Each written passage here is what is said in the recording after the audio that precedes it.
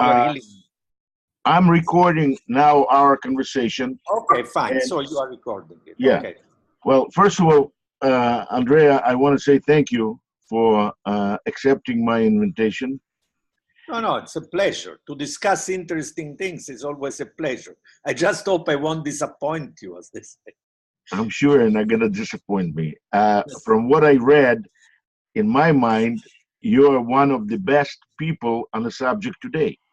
Yeah, thank you so much. Let's see if it's true. So, Uh, the only problem I have is this. You have a lot of books published in Italian, in French, in Russian, in Ukrainian. In Ukraine, you got the medal of Yaroslav the Wise. I did. Hello? I'm sorry, something happened with our connection. No, no, it's true. They gave it to me 10 years ago or so, if I'm correct. Yes. Well, that is on one hand. You're receiving medals from Ukrainian government, and on the other hand, your books are being published in Russia by one of the leading publishers there, Rospen. Yes. Yes, they are very good friends. I started the series Documenti Sovietskoye Story with them in 1993. We published almost 20 volumes up to now. Mm-hmm. So, and actually, I think because then I got a government position here in Italy, so I had to stop all these activities for a while. And as far as I know, the series was taken over by the archives, the state archives. So basically, I collaborated with Rospen and with the editor of Rospen for 20 years before stopping for, not for my choice or their choice, just because other things happened in life. Yes. But I tried to always have, a scholarly, serious, scientific discussion, human discussion with reasonable people. And of course, it doesn't work with everybody, but with many people, it does work. You have showed you have actually been a Sovietologist when there was Soviet Union. Yes. Although initially, as I understand, you were studying to be an economist. Yes, it's true. But I come from a communist family. My father was a scientist, my mother too. They were both communists. And so I was always very much interested in the reason why it didn't work. Let's put it this way. Because it was... Are you still like your father in that respect? No, but my father too. My father left the party in 1956 after the Budapest revolt. After Hungary. Yes, they continued to be very much on the left. And I'm different from them, but I think of myself as a liberal in the European tradition, which is different from the American one. But of course, I always wanted to study this. And once I was in the United States, because I looked for him, actually, I went to see this Moshe Lewin, who was then maybe the top specialist on Soviet Union. He was a Lithuanian Jew from Vilno, actually. Was a Hashomer Hatzair militant in his youth. And yet, he was fortunate enough that he was doing some activity in a camp in the eastern Lithuania, so he could flee to when the Germans arrived, the family was killed. And he actually accepted me. I already had a very junior position at the university, but he accepted me as a student, and so I started all over because he was a Soviet historian, and so I studied Soviet history with him. We had also a lot of disagreement. I think he was my most important teacher, and so I'm very grateful. But so I became a Soviet specialist, not later, but at the end of the 1920s, let's say. I didn't know Russian then. And I was very happy and lucky because, of course, from a scientific point of view, because the Soviet... Did you learn Russian and Ukrainian? Russian well, Ukrainian only reading. I cannot speak Ukrainian. And you know, this was I was very lucky too, because when I started to do this in the early 80s, very soon it became so, you know this better than I do, so exciting, because there was all these signs of crisis. And by I remember it so clearly, as you must too, by 1991, because before then it was not true. There were opening, but more in the intellectual debate than in the archives. By 1991, one could get serious access to archives. Not full, but serious. And so this was a very fortunate occasion. It was a lot of excitement. And it was when we launched this series with a Russian friend of Ukrainian descent, but it is a Russian from all point of view, Oleg Yevnyuk, who I believe to be the best Soviet historian in working in Russian in Moscow. And so I was also very lucky, I have to say, because I could see a lot of things that nobody had seen before. Mm-hmm. And your interest is, the way I see by the books that you've written outside of Russia and Soviet Union, is also the period of civil war and Holodomor in Ukraine. You know, the idea was that at the beginning, as this was very typical then, and also I had an economist background, the idea was to study the attempt to transform, you know, the Soviet society, to build socialism, as they said then. And I did, this is a good story.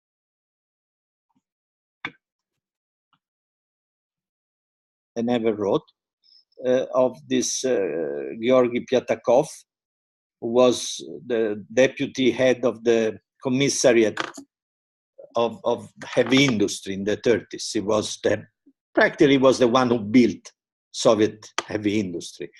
And so I started to look for his papers, and I discovered it actually was from Kiev.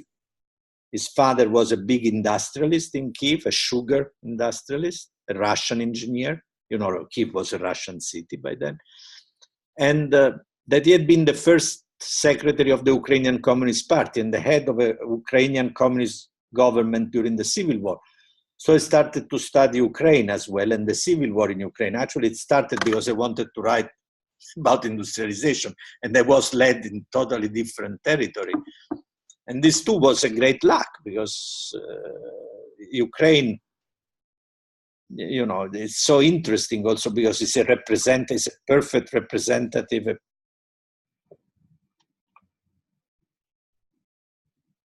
territory with different nationalities, different languages, different religion, which are the most scientifically interesting territories to study. Andrea, it seems like we have a little problem with our internet. And one of the most interesting thing that you just said did not go through. Could you please repeat it? What is the reason for studying Ukrainian history now for you? Because as I was telling you, I decided to study Soviet, let's say, the 5-year plans and the industrial transformation of the Soviet Union. And I wanted to do this through the eyes of a very important Bolshevik, Georgy Pyatakov, who was the deputy head of the Commissariat of Heavy Industry, but he was the real manager. And then when I went to see his papers, I discovered he was from Kiev, from a family of an industrialist in Kiev. The father was an engineer, a Russian engineer, and the owner of a large sugar mill.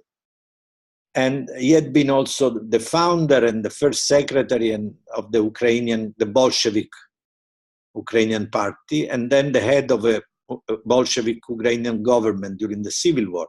So I started to study also Ukraine and the civil war in Ukraine. And this was extremely interesting because, of course, you know, I have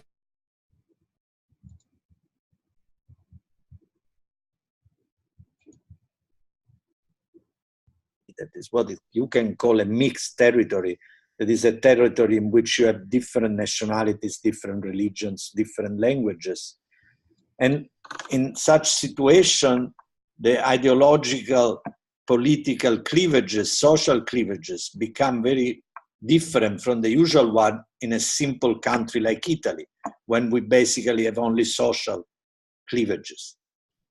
And so we have social ideologies, basically.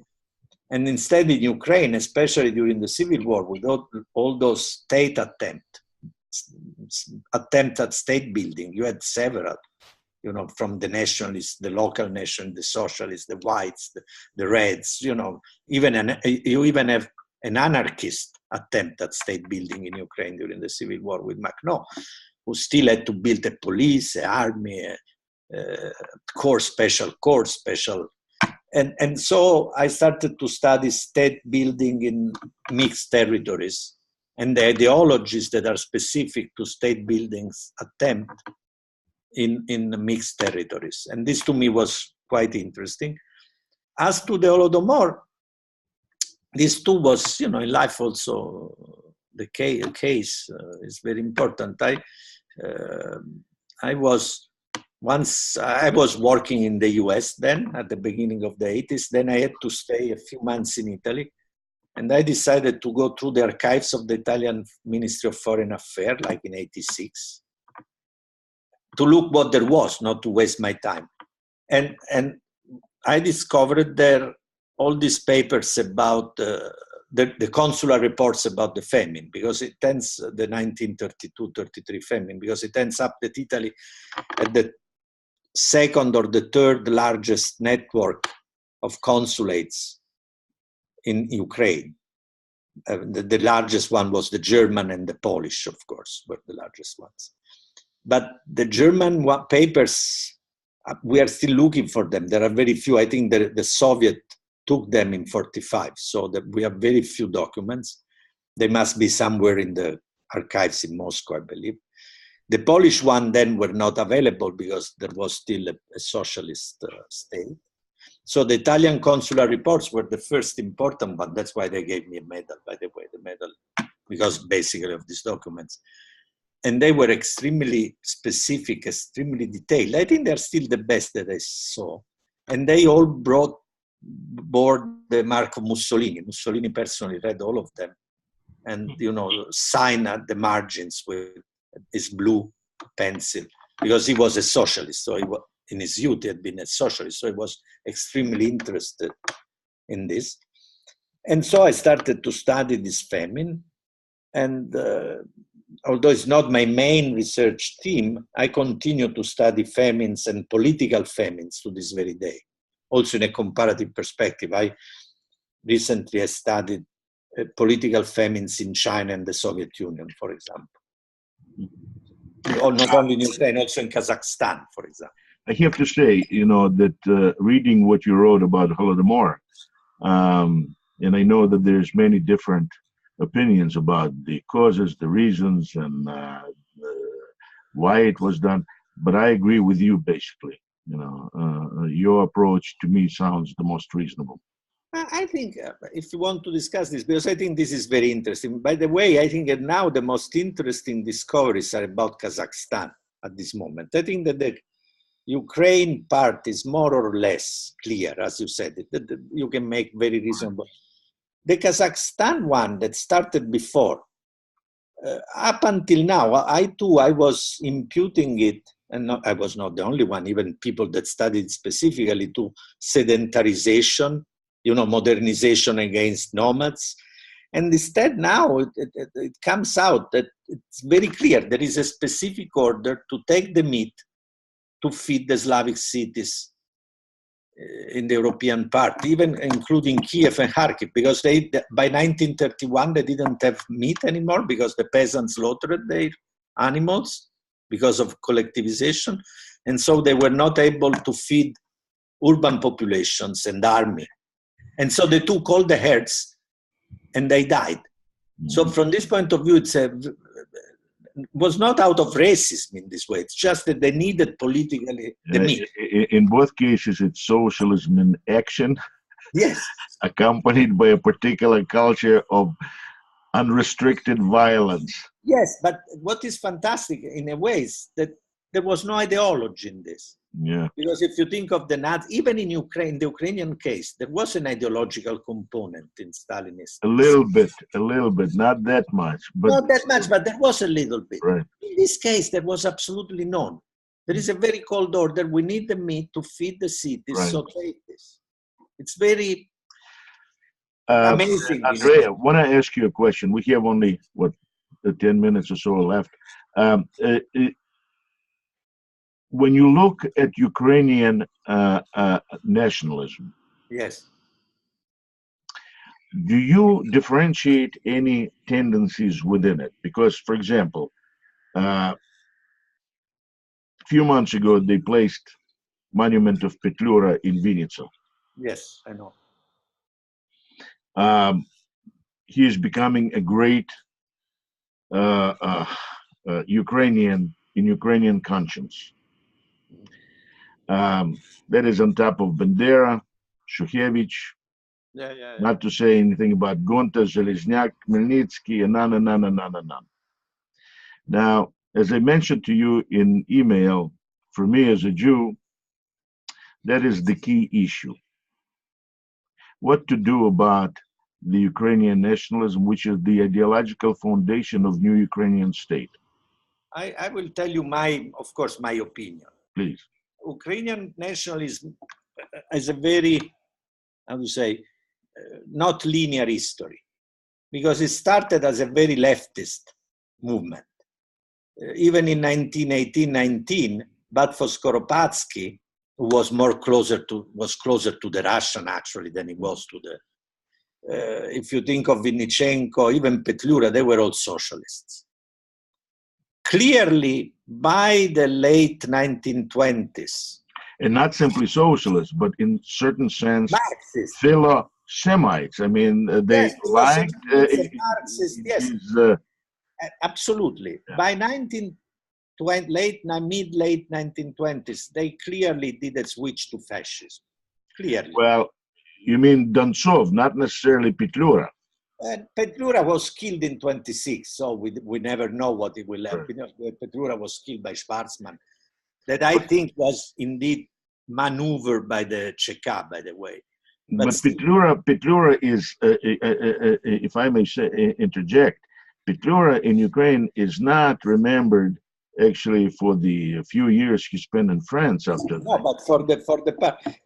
Look, during Petlura, when he was the head of the government and he had power, Petlura was a Philo-Semite, personally. Clearly, he could not control his army. This is evident, and there were plenty of anti-Semites in his army. And I think here, the key person to quote is Drahomanov. You may have read him, that he was this late 19th century Ukrainian philosopher and thinker. And Drahomanov saw very clearly the danger of socialism in a country like Ukraine, because he said that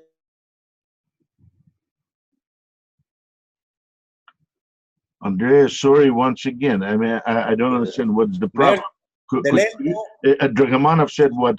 The danger what? The danger in a country in which the ruler are Russian, the merchants are often Jews, the landowners are Polish. If you advance a socialist demand, you end up by kicking out foreigners or wanting to destroy foreigners. So you have to be extremely cautious about your ideological moves in such countries. And I think this is what happened already in 1919. That is this elemental maybe is too strong a word, but this spontaneous national socialist peasant movement in Ukraine was after Polish landlord first, Russians, of course, Moshkali, as they say, and also Jews. Well, they were against Russians, but on the other hand, they were fervently, most of them, for Lenin's demand of land for peasants. Yes, absolutely, but not so much. You know, the real leaders of the Ukrainian leaders, like Vinnychenko, they were more Marxist than Lenin. They didn't want to give peasants the land. That's why the Bolsheviks carried the village at a certain moment. I mean, one of the reasons Skoropadsky did not gain their support of peasants because he wanted to tax them for Germans and on and on and on. But what I was, anyway, Petlura, you know, I think personally we know this for sure, that that he was a Philo-Semite. You read the Raffes, that was one of the He started as a Philo-Semite. Yes, for sure. But by the end of the war, he was justifying the most horrible slaughter of Jews until that point. Huh? He was not, if you look at the order, he was not capable of control. But the problem is not Petliura. The problem is that the Ukrainian national movement became, by the end of the 20s, fascist and anti-Semite. It's not Petliura, it's the general movement, the majority. This is true. The problem is that this movement that became this way, switching side in a way. And also because, remember, the Bandera faction especially used to kill more than Poles, the moderate Ukrainian politicians. Like in all this nationalist movement, the target, first of all, are your own moderates more than the enemies. What I think you can say, though, is that there has been a switch, or at least a contest, in Ukrainian nationalism, not to be positive about it or optimistic, but I think this is true.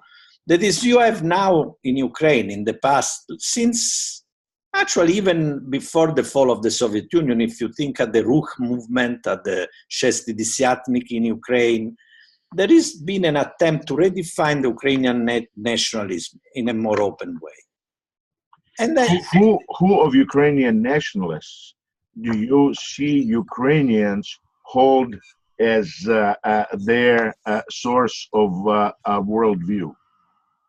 Now, you mean? Yeah. Now, I would say that even in the government of Poroshenko, the idea is to recast Ukrainian nationalism not along ethnic lines. If you think of what they're doing with the Tatars because of the Crimean issue, the opening toward the Tatars, the opening toward the Jewish community. So I think it's a contested nationalism in this moment, the Ukrainian nationalism. You have both. But Poroshenko, I'm sorry, Poroshenko is a politician.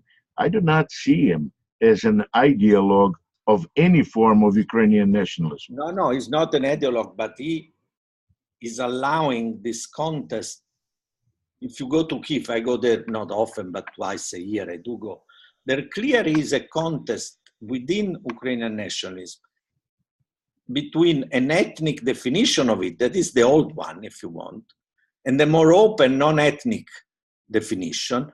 And this has been stimulated also by the war in Donbass, very much. Because, of course, for example, if you think of the Western Ukrainian that were used to the very old European association language nationalism, they are now having part of the Russian-speaking Ukrainians that are fighting the Russian too. That is one of the reasons why Putin has been defeated there. So I think that this idea of opening up Ukrainian nationalism is now quite strong. I'm not saying it will carry the day, but it is fed by many streaks. One is this problem of the Russian-speaking Ukrainians that are loyal to the Ukrainian state, and so the Ukrainian state cannot pursue a politics of language, pure language, and so on. The other is the Tatar issue. To reivindicate Crimea, I don't think they will ever get Crimea, but in order to get it, they have to say Crimea, the Tatars are with us, the Tatars are Ukrainian, and so on and so forth. And the third, I think, important streak is part of the diaspora that, of course, politically understand that if you want to sell Ukraine, they believe it, but even if they don't, if you want to sell Ukraine to the West, you have to sell, you cannot sell an ethnic nationalism. You cannot say Milosevic. Andrea, what you are saying, of course, is all very true, you know, and reflective of the way situation is today. But my question here deals more with the ideology, the ideologues. That is, you know, like, for example, when I look at Ukraine today, yes, I'm in horror because, hello?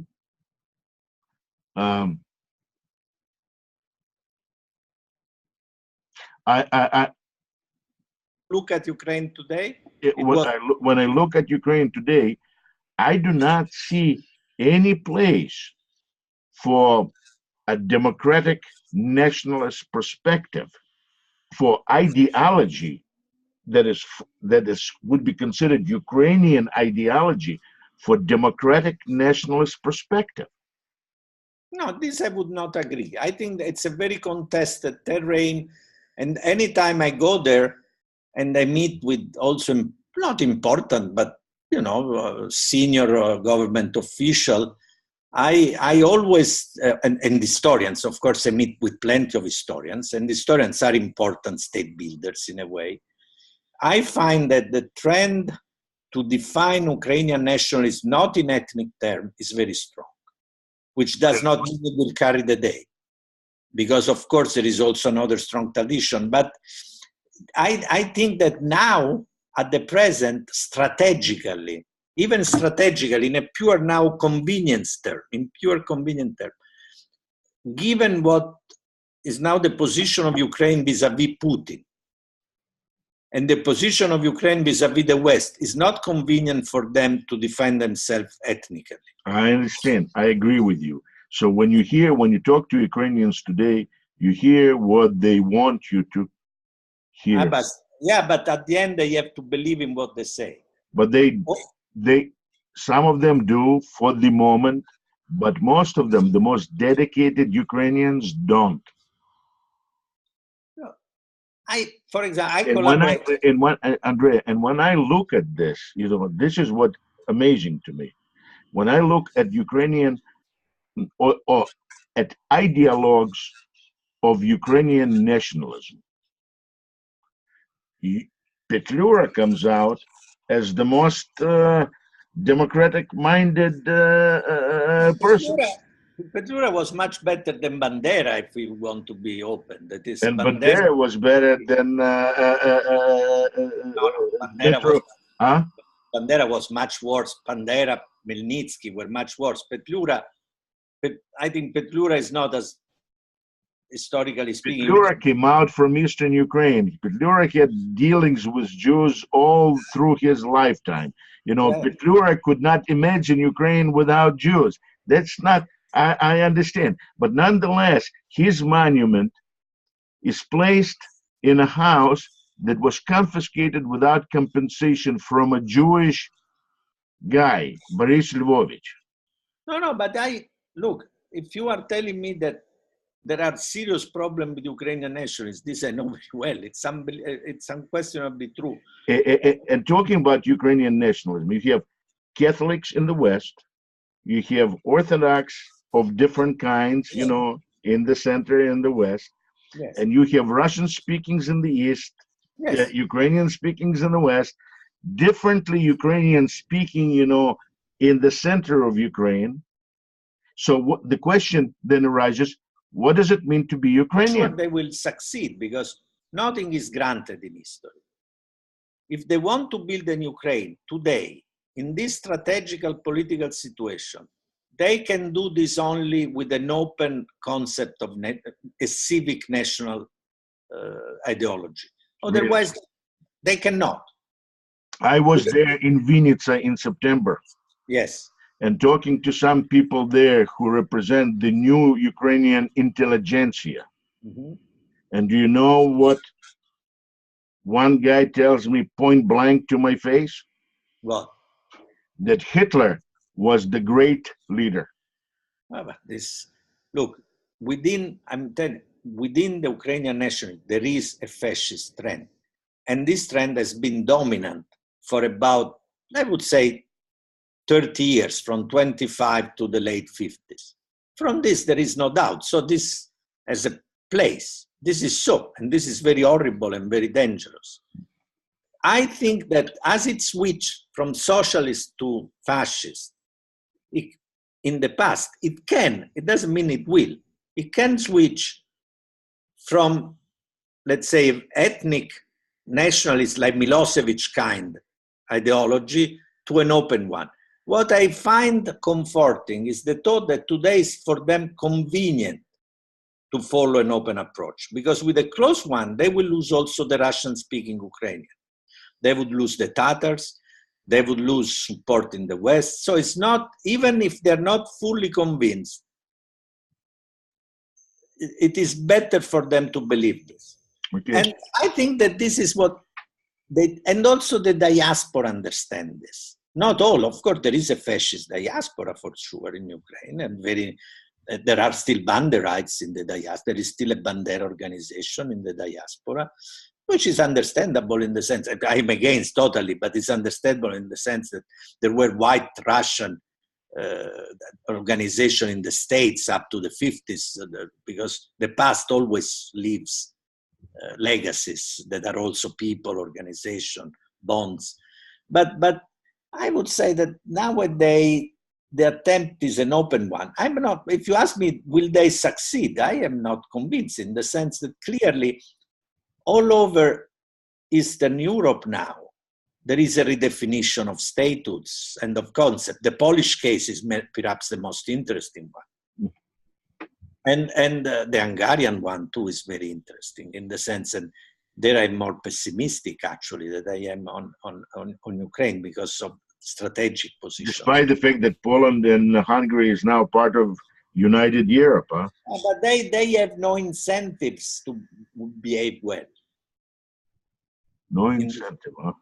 No incentive. They can behave as bad as they want, which the Ukraine cannot afford in this moment. So I have the impression that they have a war in Ukraine. If you ask me, are the borders well defined in Ukraine, between Ukraine and Russia? I would say no. They are clearly undefined. The process of consolidations is still completely open.